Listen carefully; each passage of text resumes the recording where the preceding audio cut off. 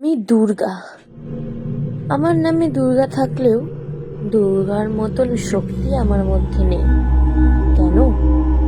খুব ছোট বয়সে আমার বিয়ে হয়ে যায়। এক পয়সাওয়ালা ছেলে দেখে আমাকে তারা বিয়ে দিয়ে দেয়, আমার থেকে 20 বছরের বড়। বিয়ের বেশ কয়েকদিন ভালোই চলছিল, কিন্তু 1 বছর যেতে না যেতেই তার অন্য রূপ আমার চোখের সামনে আসে। সামান্য জল দিতে দেরি হওয়ায় আমাকে যে পুড়িয়ে মারার চেষ্টা করবে সেটা তো আমি বুঝিনি।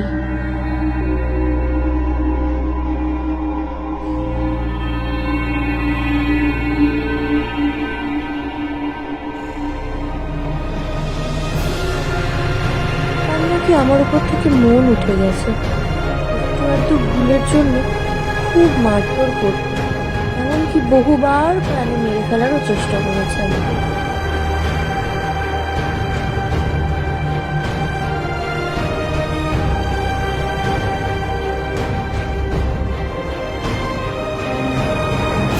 খুব মারধর করে গায়ের মধ্যে আমার তেল ছিটিয়ে আমাকে পুড়িয়ে মারার পরিকল্পনা সে করছিল।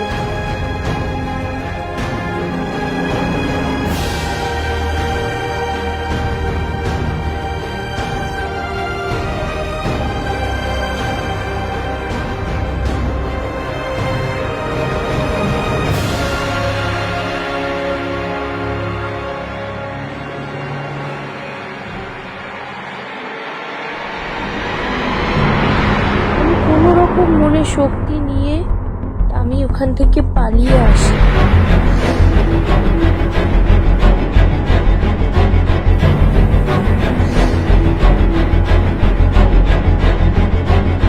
দৌড়াতে দৌড়াতে আমি জানি না আমি কোথায় যাচ্ছি, কিন্তু এক যেন নির্জন জায়গা। তখনই পিছন থেকে চুলের আঘাত পেয়ে আমি তাকিয়ে দেখি সে আমাকে ধরে ফেলেছে। আমি তাকে ছিটকে দিয়ে আবার পালাতে লাগলাম। তাকে পালাতে এক পর্যায়ে আমি নিজেও হাত দিয়ে পড়ে গেলাম।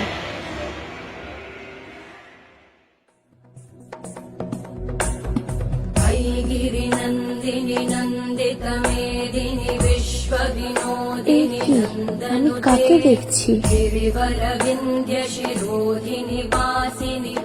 মা, তুমি সত্যি এসেছো মা? भगवति हेशिति कण्ठकुटुम्बिनि भूरि कुटुम्बिनि भूरि कृते जय जय हे महिषासुरमर्दिनि रम्यकपर्दिनि शैलसुते सुरवरवर्षिणि दुर्धरधर्षिणि दुर्मुखमर्षिणि वर्षरते। পাপীদের কোনো দিনও ক্ষমা করে না, পাপীদের শাস্তি পেতেই হবে। সেটা এখন না হোক, পরে ঠিক পেতেই হবে, থাকতেই পেতে হবে। মা সবাইকে শাস্তি দেবে, মা যে চলমান তাকে যে শাস্তি দিতেই হবে।